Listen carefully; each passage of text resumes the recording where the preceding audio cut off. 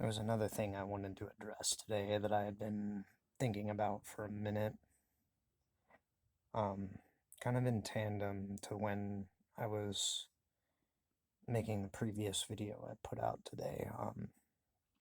I just didn't want to tether the two together because I think one's a more um, complex thing to really get into and talk about.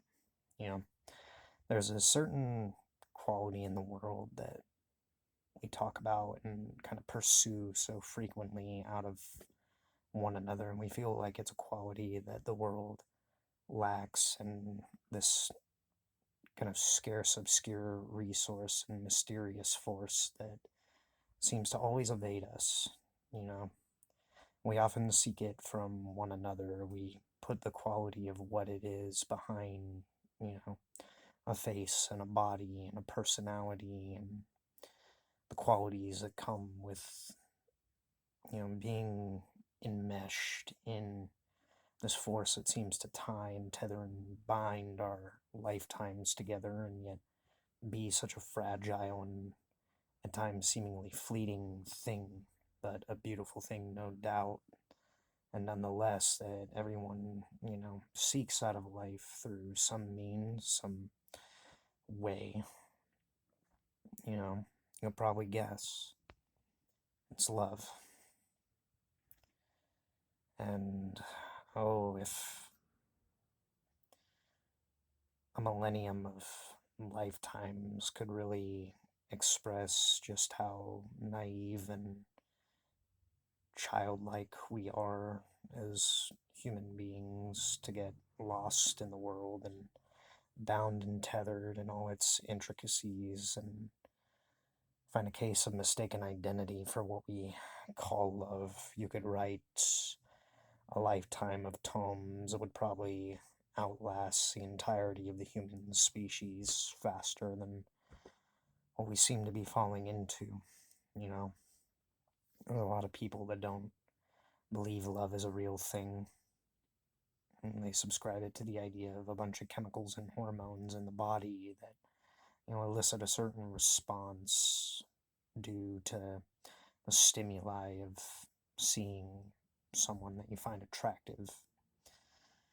Um, yeah, that's not love, that's hormones. That plays and tethers into the beauty of it, I guess, in a way, in a sense. It's that feel good emotion and quality of the things that make us swoon and make us feel those warm feelings that we do, but I wouldn't quite call that love. In fact, I think that's where the entanglement and the embridlement of chasing and seeking love gets caught in the mix of this case of mistaken identity when we talk about it. For all the teachings and all the tomes and all the things expressed throughout human history, we kind of fumble and stumble our way through life thinking we know, you know, what love is and what love entails and what, we subscribe to our ideals of love and what we chase and pursue out of such equality. But, you know, what has that brought on a lot of people in life? Where we find ourselves right now with all the compounding crises that everybody so vehemently allows to circulate in the brain and just treat as this kind of, fruitless endeavor and mirage and chalk it up to something more, just animalistic. Um, I hate to break it to most people, and most people, take this as just like a handful or a mouthful of words that don't apply to their lives, and that's fine. It's okay. I'm just sharing what I learned through, you know, going through a little bit of my own circumstance and learning and experiencing things from the perspective of life that I do when it comes to things like love.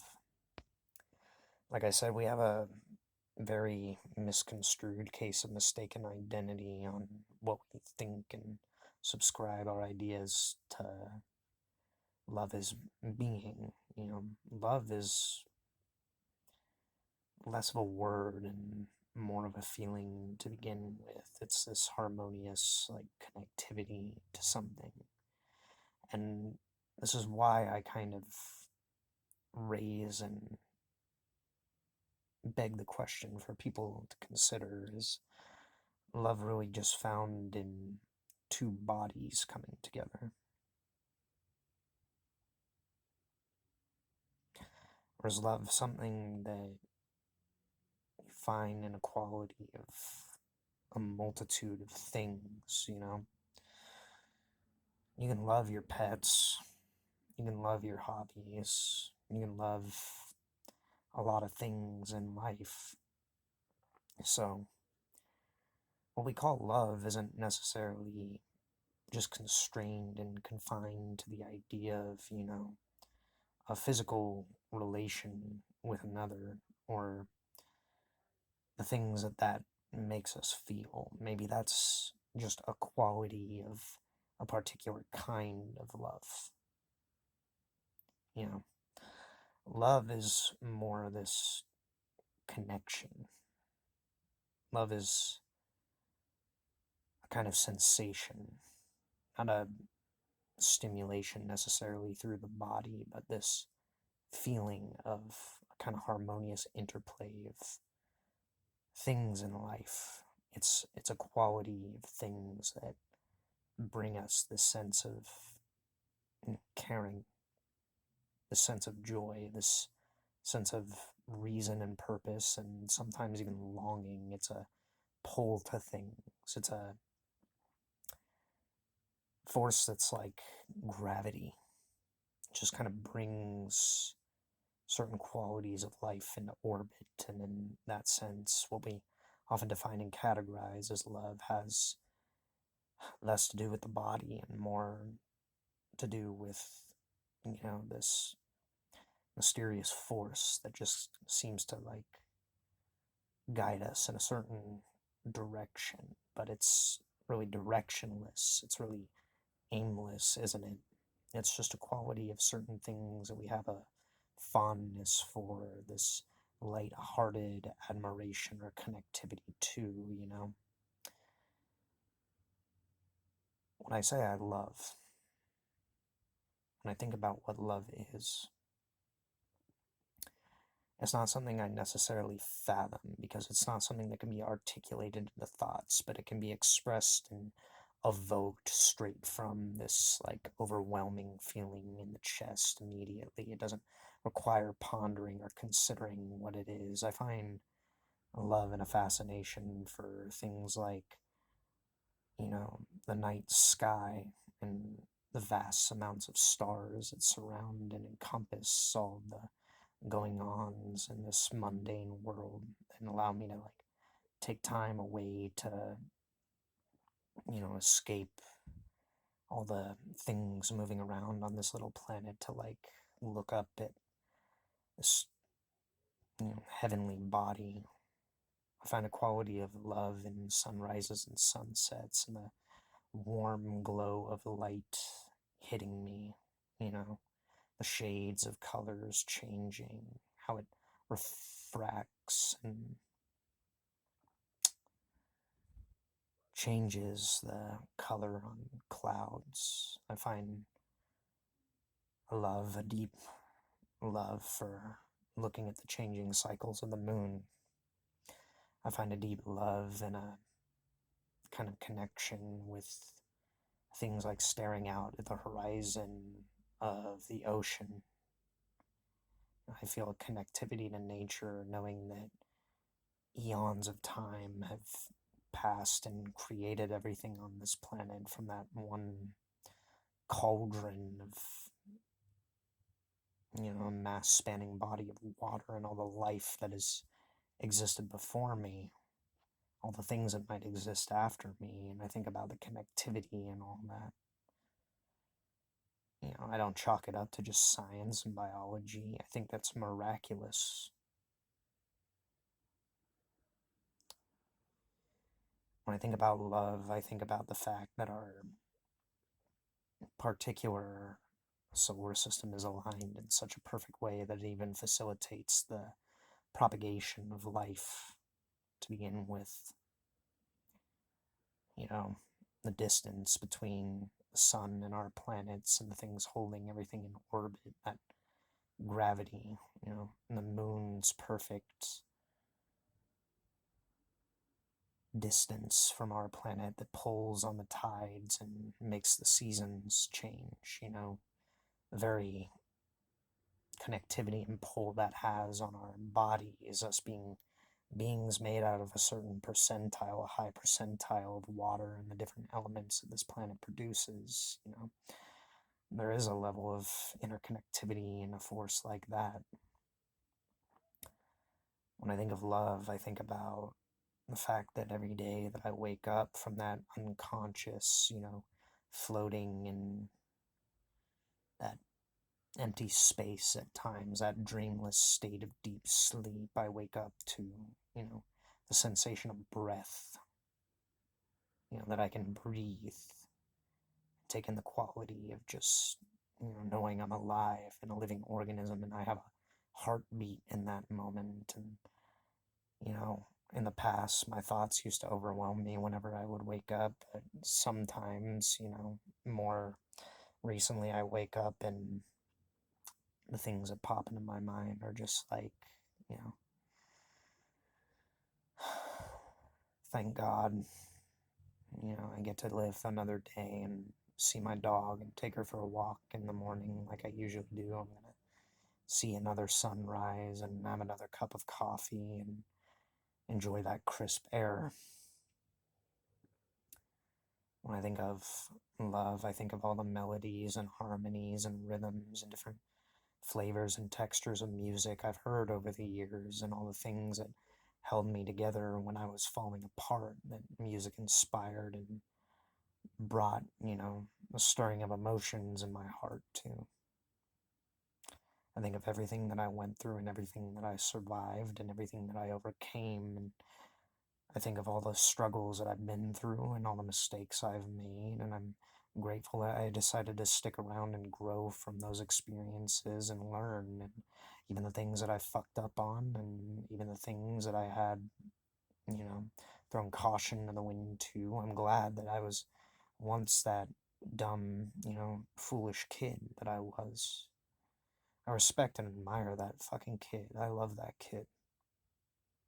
He did some pretty fucking cool things. Even though he predominantly felt majority of the time like a loser and that he was a nobody, and he did his best to stick up for his friends and the people around him and try to make people happy. And I love that. When I think of love, I think of, the relation of the things that people often tie and assess to the ideas of that name we proclaim on things of a higher nature, a higher power, a higher cosmic force, or a metaphysical force, that thing we call God. I would just say God is love. God is. I mean, I understand God is everything, everything already in motion. In a lot of sense, yeah, God is love. It's the quality of love, love of everything that gives anything meaning and purpose. Without that, life does feel meaningless and purposeless. But even in meaningless and purposelessness, reflecting on what I've gone through circumstantially, I had to find an ability and a capacity to love the fact that, I went through those dark moments. Though I walk through the valley of the shadow of death, I will fear no evil. And I don't quote scripture very often because I'm not really what I would consider a Christian anymore, but that's a beautiful quote to me because the only thing that walked alongside me and through me in those moments of tremendous sorrow and pain and a feeling of remorse for life and thinking that life was meaningless and purposeless was this feeling of like I have this deep longing and this sense of wanting to love, but I don't know what love is. But it calls me to move on and carry on regardless of things, and I'm just going to keep going. And, I'm grateful for that, and I love that, and it brought me into a very deep, complex relation with life and what I see life as, and what do I abide in, you know? Yeah, we're a very naive species.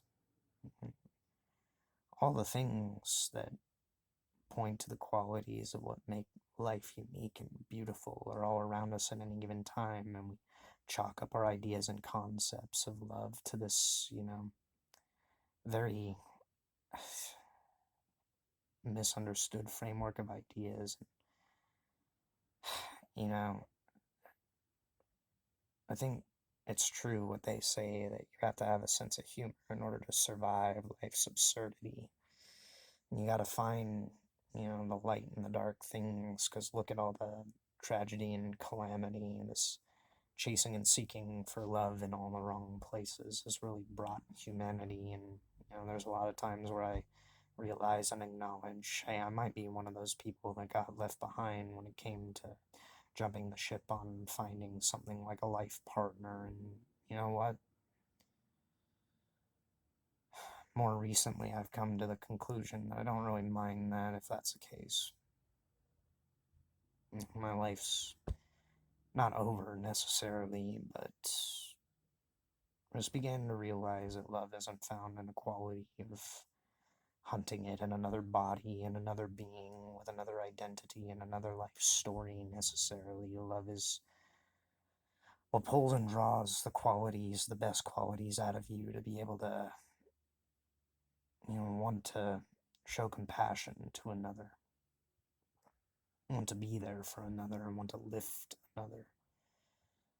And it's not necessarily something that you associate and affiliate or save and stockpile for yourself, that quality. This is also one of the reasons why I actively and openly wear my heart on my sleeve in a world that so vehemently is just against and opposed everything and looks to categorize and box and label everyone and everything under the most just compromised and despotic labels of, whatever it can pathologize, whatever it can, put a label on to make it something nasty or something less desirable. And that's fine. You can look at the world through that lens and scope and perspective of dissecting it under a knife and scalpel. And you can cut as deep as you want. You won't find the quality of whatever it is you're searching for that needs to be so prized and perfect in the body when it comes to seeking things like love, because love's a mystery. Love is not confined or constrained to your ideals, but it produces the qualities of them. Love is not confined to your emotions or the hormones in your body, but it somehow allows them to miraculously exist. Love is not confined to how you feel about a person or a place or a thing. It just flows harmoniously with the experience of what life is. It just happens. And when it happens, it's something that you appreciate, and it's something that you enjoy, and it's something that you have gratitude for. And it's a thing that is mercurial in a way. It seems to disappear, but it's also always there. It just gets clouded and surrounded by other emotions, and you can learn to love those emotions. Like, you can love, the fact that you can feel sorrow and deep-seated pain in life too. You know that, right?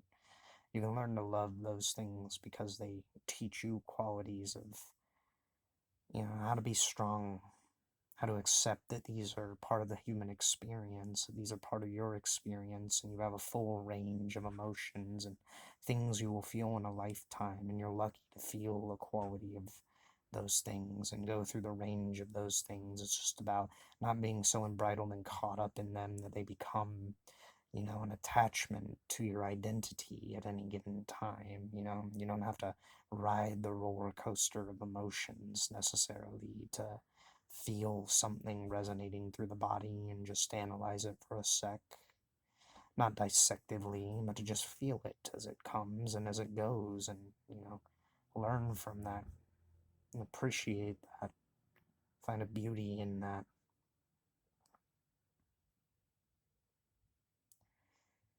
I don't think love is something that you can define or categorize. It's just a beautiful thing.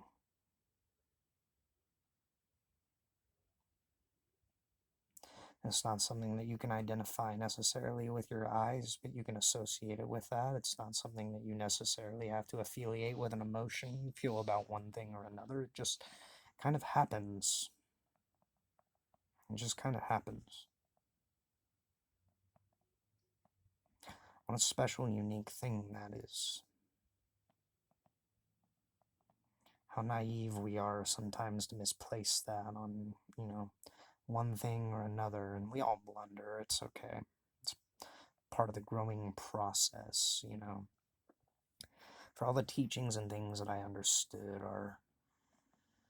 you know, our real human nature beneath everything, this experience that we all have, this kind of void like state, that's the realization, the recognition of coming into peace, coming into like a synergistic balance with, everything around you. You're entering that field and state of awareness where, yeah, everything feels empty, but for what reason is that emptiness there? And is it a bad thing? Do we affiliate and associate it as something bad? Is it really as bad as what we make it out to be? Or is it the fact that in that state, you know, you can feel everything,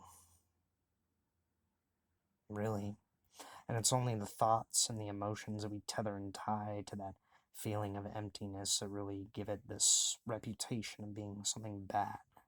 So we try to run from it. We try to fill it. Well, it's that empty state that holds everything. I want to point this out. It wasn't really that big a deal to feel that way when we were young because we were so filled with the miraculousness of life. Where did the spark of curiosity go? It didn't go anywhere. We got conditioned to believe in, our thoughts and our ideas and our preconceived notions of life being, and the identity structures in the mind and the feelings that come along with those identity structures that we try to hold on to so much. But everything, sheds layers, sheds a second skin in this life. Everything changes with seasons and cycles, and no different are we, that void, that empty state of being that we all dread and fear feeling. That emptiness allows for a full range of experience, the phenomenon around you. It's just most people don't go outside clinging and holding on to that character that they, you know, hold so dear. And maybe there's a reason for that. Maybe you're trying to get better touch with understanding that element of you, and maybe it just takes time to really understand what that is. Do some searching and digging around, see if you can find where that character begins and ends, and can you really understand that at the end of the day, that's all it is? There's more to you than just that. You're a porous thing, the irony of the human body and the human being, and honestly everything. It's it's not necessarily as solid as we make it out to be. It's an empty space, but it's filled with a miraculous amount of things. And don't believe me, search your memory. Search your memories of all the ideas and notions that you've had about the future and realize, they're a product of the mind and the imagination. Search your imagination. It's boundless.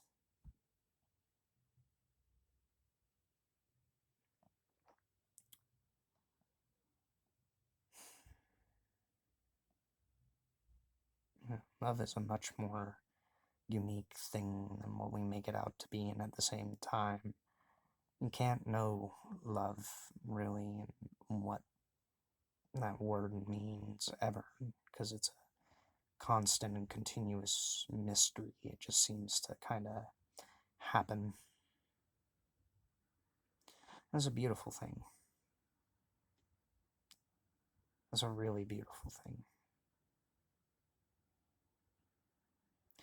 I wish more people had the lens and perspective and wherewithal to understand that, but I think I'm trying to understand that is the hard part, the difficult part, and maybe that's why we get kind of locked in place on our ideas and our notions of what love is in the first place. Maybe it's not necessarily something that needs to be understood. Maybe it just happens. And maybe it happens in different ways than what we take it to be on the surface. Maybe our world is just too superficial still and juvenile in a way, in a sense, to really understand that. And if that's the case, well, it's still just a very naive quality of love. But real love, you know, and I don't knock anybody that's going to try to categorize me or anything like that for talking about these things. Yeah, I am a hopeless romantic. What, you want to fuck about it? Nah, I am. But I'm a different kind of romantic in that I don't find my quality of love in just the idea and the notion of bodies, essentially, or relationships. No, I'm a romantic who loves the kind of stellar cosmic play of the world and all the things that abound in it. You know, the heavenly bodies surrounding us, the different ruminating ethereal landscapes that have come and gone in my mind in my lifetime, the music I've heard, pieces of art and literature that I've read and got to see that have inspired me, and the very miraculous things I've seen human beings do, and the kind of stories and parables that have played out through our history. You know, I find love in the landscape, the beauty of nature. It's its own architect, and it doesn't have a necessity to, make a seemingly perfect structure. It just runs wild and free and untamed and somehow carves such beautiful things. And it does so with, without any effort. It just happens. Big interconnected play of different factors of nature go into shaping the world around us. I find a quality of love in mistakes I've made and heartbreaks I've gone through. You know, there were people at earlier times, when I was becoming a young adult that I loved very dearly, but I felt too broken and too inadequate to really facilitate what I thought would be, healthy and beneficial to them. The circumstances I was living in, I no longer blame them for being what they are, but I felt like I wouldn't be able to facilitate and raise myself to the level and degree of what, is needed and required in this modern day and age for what people call love, for what people call relationships. In fact, I think I left those behind because I kind of knew it was that naive kind of love that people were seeking with and through me, and me being as naive and self-destructive as I was at that earlier time, I didn't really have the space to facilitate that and carry and shoulder my own burdens. I had to learn how to carry my own burdens and drop those before I felt ready. And do I regret that? Well, one time I did. I felt like I made the biggest mistake of my life that I couldn't reconcile. And even still, I've had beautiful things happen, and I've got to see those people that I cared and admired for so greatly again, and even stole, um, not by my own volition, but somebody else I cared about deeply came back to see me and, you know, planted that romantic, medieval kind of, you know, kiss on my cheek for good measure, even though we are worlds apart now. Just that little moment. Fuck if that ain't real, real love.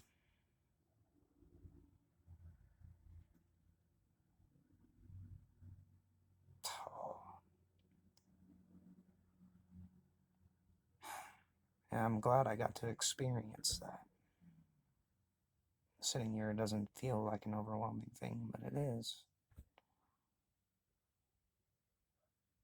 I care deeply for that person. There are other people that I care about that, you know, it just wasn't time and place. And that's okay. I'll be someone else to fill that role, and, you know, that is how it goes.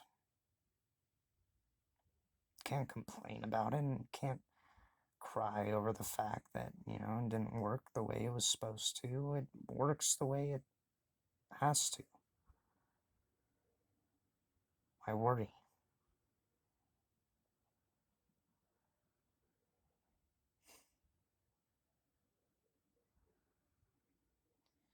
Yeah, our ideas and our notions of what love is and what we associate and affiliate with love, all I can say is it's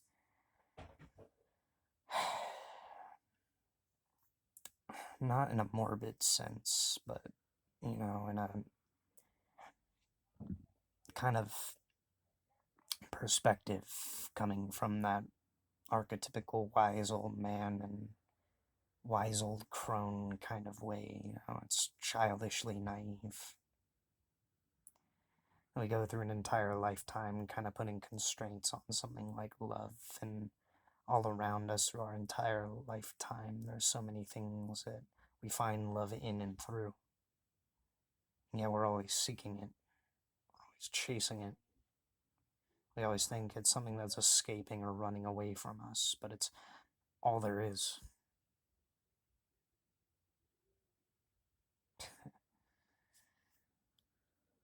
And we're very naive. And that naivety, you know, it's a beautiful thing in itself.